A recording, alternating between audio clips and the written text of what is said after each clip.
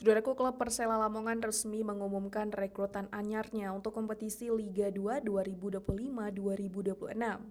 Klub yang berasal dari Jawa Timur ini telah mengumumkan pemain barunya dalam beberapa hari terakhir.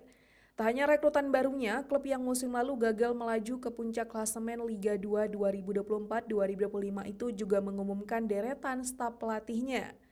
Pemain yang baru saja bergabung dengan Persela Lamongan tersebut adalah pemain yang berasal dari klub Persiraja Banda Aceh musim lalu.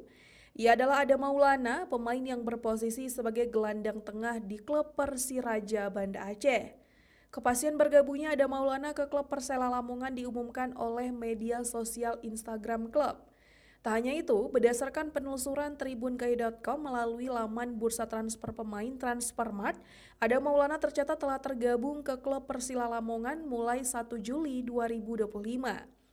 Sebagaimana diketahui, Adam Maulana di musim Liga 2 2024-2025 lalu membela Persiraja Banda Aceh. Namun Adam Maulana bersama klub berjuluk Lantak Laju itu hanya mampu finish di peringkat keempat Liga 2 2024-2025 setelah berhasil dikalahkan Malut United 3-2. Adam Maulana yang merupakan pemain berkelahiran 1997 lalu itu juga sempat membela beberapa klub besar di tanah air. Klub-klub tersebut adalah Persikap Bandung, Persiba Balikpapan, dan Persebaya Surabaya. Sebelum bermain di klub Persiraja Banda Aceh, Adam Maulana membela klub Persebaya Surabaya di musim 2018-2019 lalu. Setelah itu Adam Maulana beralih ke klub Persiba Balikpapan dan Persiraja Banda Aceh. Nilai pasar yang dimiliki Adam Maulana di laman Transfermarkt tergolong tinggi yakni mencapai 1,30 miliar rupiah. Berikut data pemain dan riwayat transfer Adam Maulana.